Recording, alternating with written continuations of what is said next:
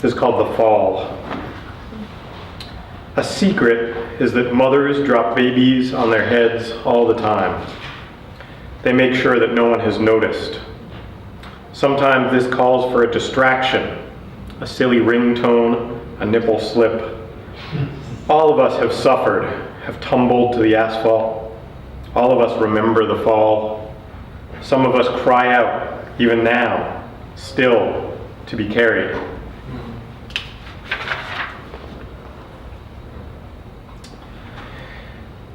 This one's called Dragonfly, and it's mostly true. It talks about some stuff that happened when I was in 7th grade, living in a very, very small town in Massachusetts called Carlisle. The town newspaper in Carlisle is The Mosquito, and that's because there's a lot of swampland. It's surprisingly expensive to live in a town with lots of swamps. So this is called Dragonfly. In 7th grade, when Eric and I caught a 2-foot dragonfly, we were heroes, but I knew we had done something awful. That winter, we got 8 feet of snow, a school bus crashed and burned slowly between 2 birch trees, Eric's dad completely lost the capacity for speech, all the good cartoons were suddenly gone, politicians gave the whole nation the finger, the store in Concord Center with the penny candy went under, the most beautiful girl in the school grew too tall for dancing, the new music videos were all so stupid, the new baseball cards were worthless, a nurse in Boise poisoned all the Tylenol, the bees went away, diseases were thriving, ticket prices were climbing while star players' hearts were imploding, no one answered their phones, no one was home, everyone was sleepwalking through the food court. They didn't have the heart to tell us the truth on the news. The truth was that the truth died when we caught that dragonfly and burned it, and its ashes were scattered in the snow around the burning bus and those frozen kids. And those ashes were also the silence on Eric's dad's lips while the wars of cola and cold were burning the screens of our unplugged TVs. Everything was stupid and awful and our fault. That's how the 80s were.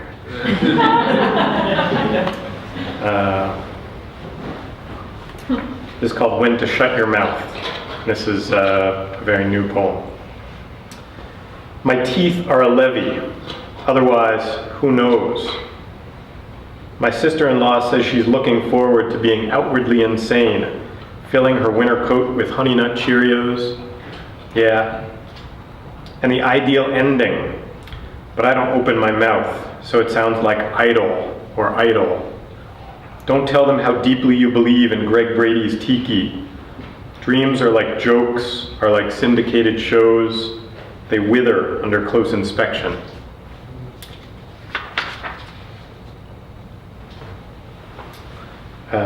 You guys know what a Baconator is? Somebody not. Like a Foreman grill? I think it's from Wendy's. Anyone confirm? Wendy's is a sandwich. Okay, so yeah, a sandwich from Wendy's that makes you die.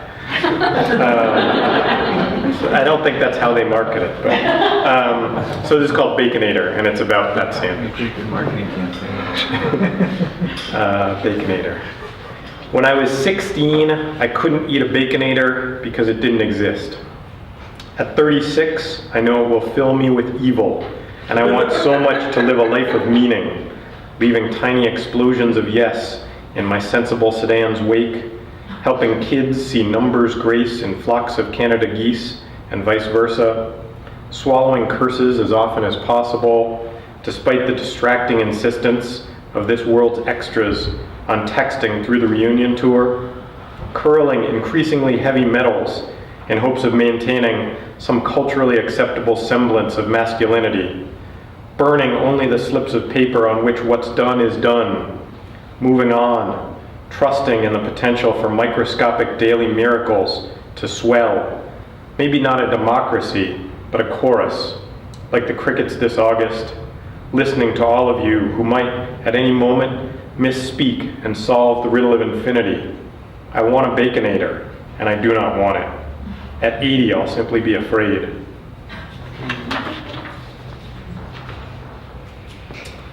So I'm from Boston, and at one point I thought I wanted to move to California and teach out there, and I visited, and I went to a school and sat in on a class, and after about 15 minutes of class, the teacher and the students were still talking about the previous night's episode of Seinfeld or some TV show, and I started getting really edgy, and like 15 minutes has gone by and we haven't started class yet. This is not good. And I realized that I have this Puritan work ethic built into me, and I can't work in California, I guess. So this one is getting at that a little bit, and it's called Puritan Roots. I've been suffering from the Y2K bug since the late 90s, when suffering was falling out of fashion and all of the worst walls had already fallen. The world is supposedly getting smaller each year, which explains all of the low ceilings in the downtown lofts. This in turn explains the rise in concussions, which explains why the bar isn't set so high at the finest academic institutions. If our undergrads are underprepared and overindulgent, that explains why the stock futures are falling faster each year, like the prices of memory sticks, which it doesn't, unless you study all night, unless you connect events to sensory cues, like the dumplings that accompany my fuzzy memory of our first date, Boston, so salty, or all the blood and the steaks of our second date. Who can say how long ago we met? Which makes me wonder how long we've been suffering.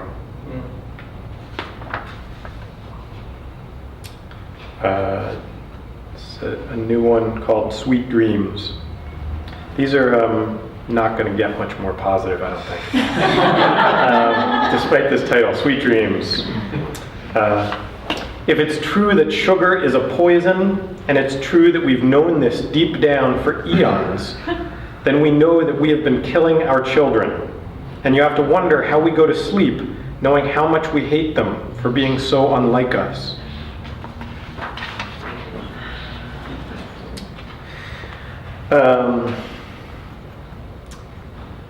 A friend of mine was doing a study about names and whether your name determines your personality, or whether you feel compelled to live up to a certain stereotype around your name because of what your name is, if any of this makes sense. So I started thinking about how names affect people, and this one's dealing with that issue of names. And it's called 5 Sons. You have 5 sons and name them. 1, 2, 3, 4, 5. It's tough to overcome emotions, but you try to adore them equally, charting forehead kisses to ensure consistency. Halfway through the study, they learn to subtract. 2 of them are fighting with sticks, and you yell -1. The project calls for identical ties. Your graduate assistant asks you why you didn't simply name them subject. Everyone expects 5 to be arrested, but he plays viola. Whenever one turns 17, you put him through extensive tests, an obstacle course, and scan his brain while he paints.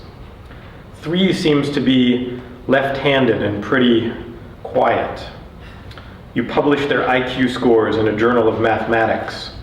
The 5 sons scatter: Oslo, Tunis, Tempe, Fresno, Fargo. A librarian wants to date you, marry you, hyphenate you. You spend so much time in the study, proving nothing. At the end of every day, 5 postcards on a desk, 5 notes in your wine.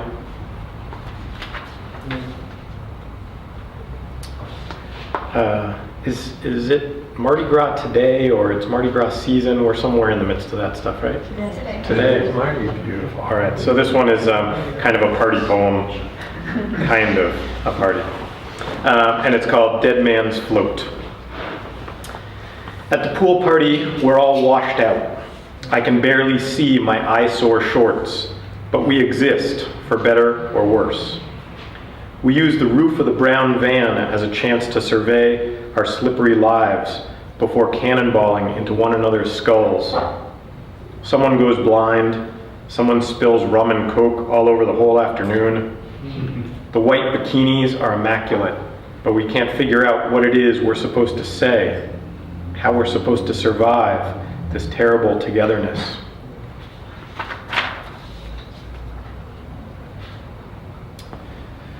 And this is called Tattoo. This small island is so small that it only has one tattoo artist, and he only knows one tattoo, a hula girl in a grass skirt. He tattoos her on the whole island, right in the center of every chest. When two people fall in love and inevitably stand naked in front of one another, their hula girls are revealed, and the lovers watch their tattoos swoon. Everyone finds comfort in reflection. No one is alone. Then, slowly, the hula girls begin to notice little inconsistencies in their eyes and windblown hair.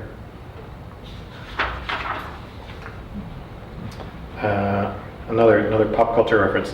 People know who Mo Cheeks is. Mo Cheeks, yeah. I don't remember which team he played for, but Sixers, all right. And after his NBA career, well, after his playing career ended, he was coaching. Maybe he got fired very recently, but he's been a coach. And at one point, there was a moment where a girl was singing the national anthem, and she forgot the words, and he helped her, and it was a nice moment.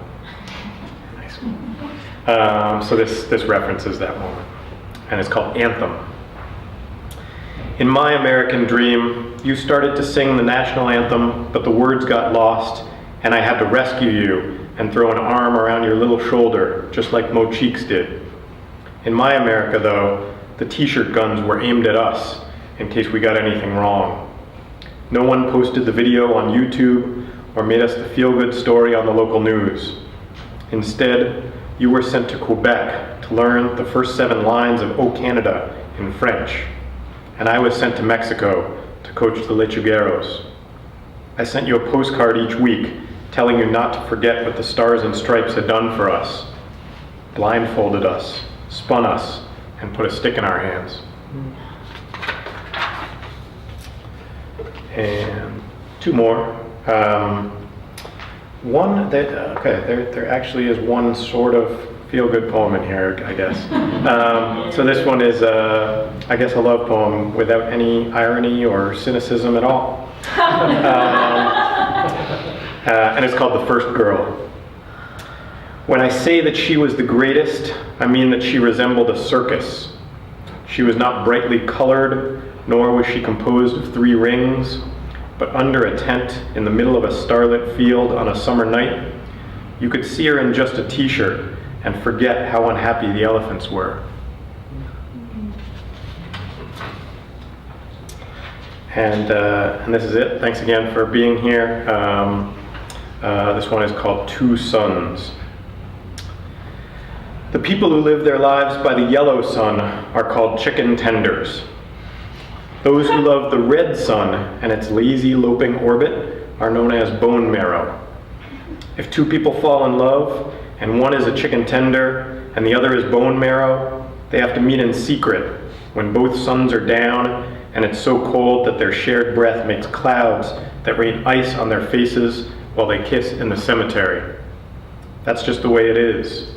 2 suns and forbidden love and sad songs about oranges. Thanks a lot.